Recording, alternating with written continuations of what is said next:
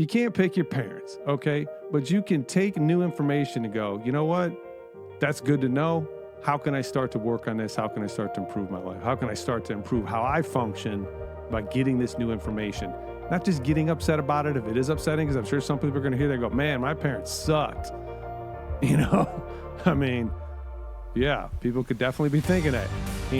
But focusing on that doesn't do you any good. What does you good is saying, all right, you know what? That was my situation. Tons of people have overcome this before. I'm going to overcome it. But now I've got new information. I can understand how to overcome it more effectively. And I think that's what's valuable. So, bold statement right in the beginning of this chapter. Fantastic stuff. Same page. Indeed, over this time period of a large body of interdisciplinary research demonstrates that early brain development is not just genetically coded. Rather, it needs epigenetic social experiences. So you're not just born, you're born with a bit of a personality, if you haven't noticed. If you got kids, you definitely notice that.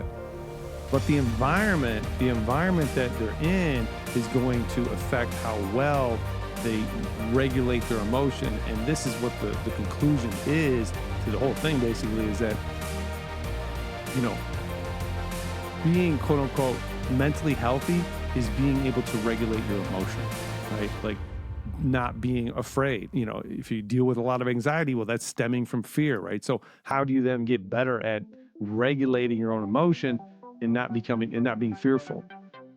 Meditation, a right brain psychotherapist will be great. Like just working on that emotional regulation side of things and getting good at not being overwhelmed, right? That's where fear is coming from. All right, back to the book. My work in interpersonal neurobiology attempts to elucidate precisely how optimal emotional attachment experiences shape and sculpt the early developing emotional right brain, and thereby the origins of an enduring background sense of subjective emotional well-being. Love this point here. He's talking about how this isn't something that you think about. This isn't a cognitive, I need to emotionally regulate myself.